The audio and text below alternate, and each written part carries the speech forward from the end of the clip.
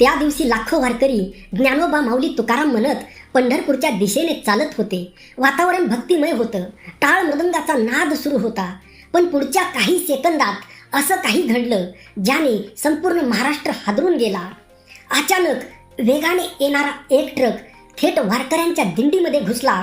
किंचाळ्या, धावपळ, धूळ आणि काही क्षणात आनंदाचं वातावरण दुःखामध्ये बदललं. पण या भीषण अपघातामध्ये एक अशी गोष्ट घडली ज्यामुळे हजारो वारकरी आजही म्हणतात माऊलींनी वाचवलं. नेमकं त्या दिवशी होतं काय? त्या दिवशी ट्रक आत कसा घुसला, अनेकांचा जीव कसा वाचला आणि लोक त्याला चमत्कार का म्हणत आहेत? या व्हिडिओच्या शेवटपर्यंत पहा, कारण शेवटी मी तुम्हाला त्या दिवसातील एक अशी गोष्ट सांगणार आहे जी कदाचित तुम्ही आजपर्यंत कुठंच ऐकली नसेल. आषाढीची वारी महाराष्ट्राच्या संस्कृतीचा, श्रद्धेचा आणि भक्तीचा सर्वात मोठा सोहळा.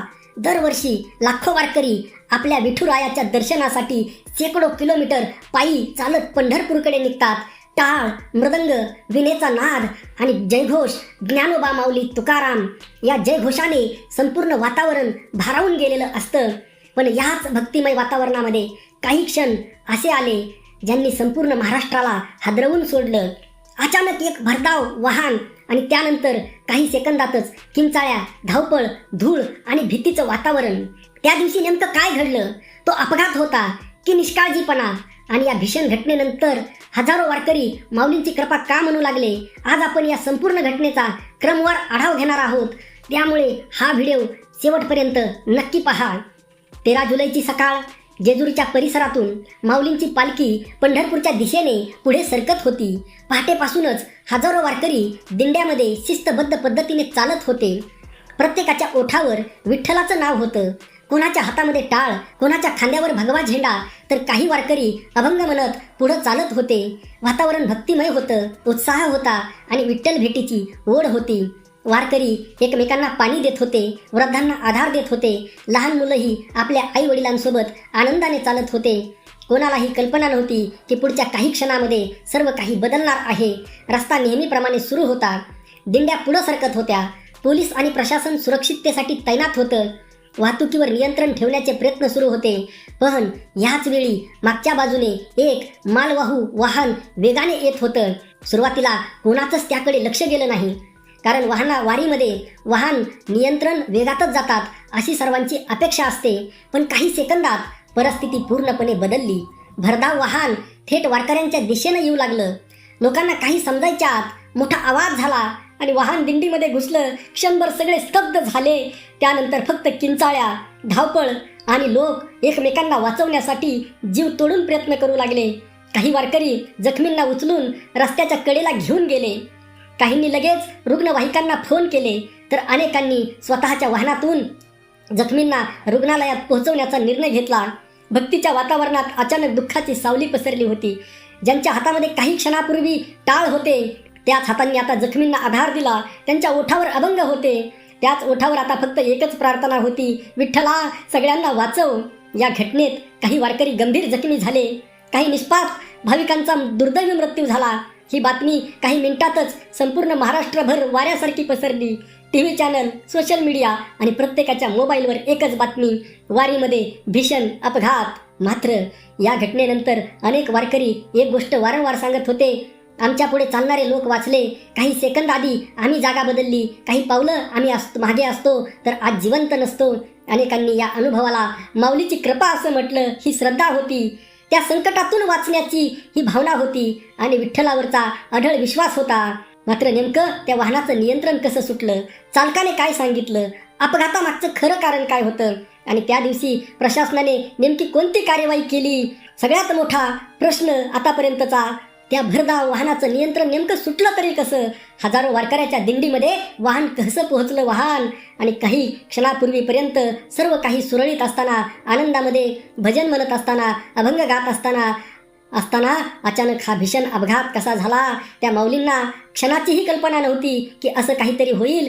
त्या वारकऱ्यांच्या मनामध्ये फक्त विठ्ठल होता, फक्त तुकाराम महाराज होते, फक्त नामदेव महाराज होते, फक्त ज्ञानेश्वर माऊली होते, फक्त एकनाथ महाराज होते, दुसरं काही नव्हतं.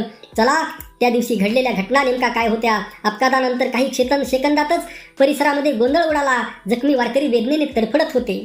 काही जण रडत आपल्या नातेवाईकांना शोधत होते. अनेकांना लगेच टाळ मृदंग बाजूला ठेवले आणि जखमींना मदत करण्यासाठी धाव घेतली. वारकऱ्यांनी मानवी साखळी तयार केली. रस्ता मोकळा तयार करण्यात आला. रुग्णवाहिकांना मार्ग देण्यात आला आणि आजूबाजूच्या गावातील नागरिक ही मदतीसाठी घटनास्थळी पोहोचले. कोणी पाणी आणत होतं, कोणी फर्स्ट एड करत होतं, तर कोणी जखमींना उचलून सुरक्षित ठिकाणी नेत होतं. काही मिनिटांमध्ये पोलीस, आपत्कालीन पथक सगळे आले. जखमींना तातडीने जवळच्या हॉस्पिटलमध्ये हलवण्यात आलं. दरम्यान वाहन चालकाला ताब्यात घेण्यात आलं आणि अपघात नेमका कसा झाला याचा तपास सुरू झाला. आणि प्राथमिक माहितीनुसार चालकाची तब्येत बिघडली किंवा त्याला अचानक ग्लानी आली असावी अशी शक्यता तपासात व्यक्त करण्यात आली. मात्र या कारणाचा अंतिम निष्कर्ष हा तपासानंतरच स्पष्ट होणार आहे. याच कारणामुळे अफवा आणि सत्य यामध्ये फरक ओळखणं महत्त्वाचं आहे. सोशल मीडियावर अनेक प्रकारच्या पोस्ट व्हायरल होत आहेत किंवा होत होत्या. कोणी म्हणत होतं हा चमत्कार होता, कोणी म्हणत होतं वाहनाचे ब्रेक निकामी झाले, तर कोणी वेगवेगळी कारणं सांगत होतं. पण अधिकृत तपास पूर्ण होईपर्यंत कोणत्याही निष्कर्षापर्यंत पोहोचणं योग्य नाही. मात्र एक गोष्ट निर्विवाद होती, त्या दिवशी हजारो वारकऱ्यांनी एकमेकासाठी जे केलं आणि सरकारने सुद्धा याची तात्काळ दखल घेतली. आपले गृहमंत्री असतील किंवा एकनाथ शिंदे यांनी सुद्धा जी त्या जखमी वारकऱ्यांना जी तात्काळ मदत पोहोच केली, ते खरंच सरकारचं काम हे कौतुकास्पद होतं. ते खरंच प्रेरणादायी होतं. स्वतः जखमी असूनही काही वारकरी इतरांना उचलून रुग्णालयामध्ये पाठवत होते. अनोळखी माणसंही एकमेकांचा आधार बनली. कोणी रक्तदानासाठी पुढे आलं, कोणी अन्न पाण्याची व्यवस्था केली, कोणी जखमींच्या कुटुंबांना धीर दिला. याच क्षणी वारकरी संप्रदायाची खरी ताकद दिसून आली. वारी म्हणजे फक्त चालणं नाही, वारी म्हणजे माणुसकी आहे, वारी म्हणजे सेवा आहे, वारी म्हणजे जे आपण हरिपाठामध्ये रोज म्हणतो ना, सर्वा घटी राम देहादेही एक, किंवा सगळ्यांना आपण वारीमध्ये म्हणतो माऊली माऊली माऊली, म्हणजे समोरच्या माझ्या आतमध्ये सुद्धा माऊली आहे, माझ्या आतमध्ये सुद्धा राम आहे आणि समोरच्यामध्ये सुद्धा राम आहे, समोरच्यामध्ये सुद्धा माऊली आहे. ते ही आपुलकी कुठून येते? खलविदम ब्रह्म हे जे आपल्या उपनिषदामध्ये सांगितलेलं आहे की सगळ्यामध्ये राम आहे, हा आपपर भाव वारकऱ्यांचा नष्ट झालेला असतो. वारकऱ्यांचा अभिमान नष्ट झालेला असतो. पंढरीच्या लोका नाही अभिमान, पाया पडे जन एकमेका, अशी वारकऱ्यांची अवस्था असते आणि एकमेकांसाठी जगण्याची भावना असते. अनेक वारकरी सांगत होते आम्ही नाम घेत होतो आणि काही क्षणात सगळं बदललं. माझ्या अगदी पुढे चालणारा माणूस वाचला, मीही वाचलो. हे माऊलींचे आशीर्वादच आहेत असं मला वाटतं. ही श्रद्धा प्रत्येकाची वैयक्तिक भावना असू शकते, पण या घटनेने एक मोठा प्रश्नही उपस्थित केला. लाखो वारकरी रस्त्यावर चालत असताना त्यांची सुरक्षा आणखी मजबूत कशी करता येईल? सरकार तत्पर आहे, परंतु त्यामध्ये कमी सुद्धा आहे. त्याकडे सुद्धा प्रश्न देणं गरजेचं आहे. विरोधकांनी त्याबाबत प्रश्नही विचारलेले आहेत. अशा दुर्घटना पुन्हा घडू नयेत यासाठी प्रशासन, वाहन चालक आणि समाज या तिघांची जबाबदारी काय आहे? या प्रश्नांची उत्तरं शोधणं आज अत्यंत गरजेचं आहे. कारण वारी ही फक्त धार्मिक यात्रा नाही, ती महाराष्ट्राच्या संस्कृतीची ओळख आहे आणि या परंपरेत सहभागी होणाऱ्या प्रत्येक वारकऱ्याचा जीव तितकाच मौल्यवान आहे. आणि तुम्ही काय करा, फक्त एक गोष्ट लक्षात ठेवा की वारी ही केवळ परंपरा नाही, ती महाराष्ट्राच्या आत्म्याची ओळख आहे आणि त्या आत्म्याचं रक्षण करणं ही आपल्या सर्वांची सामूहिक जबाबदारी आहे.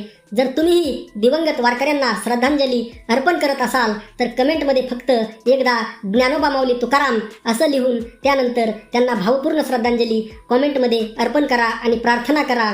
अशा वेदनादायी घटना पुन्हा घडू नयेत. हे विठ्ठला, सर्वावर तुझी कृपा राहू दे, कृपा राहू दे, कृपा राहू दे.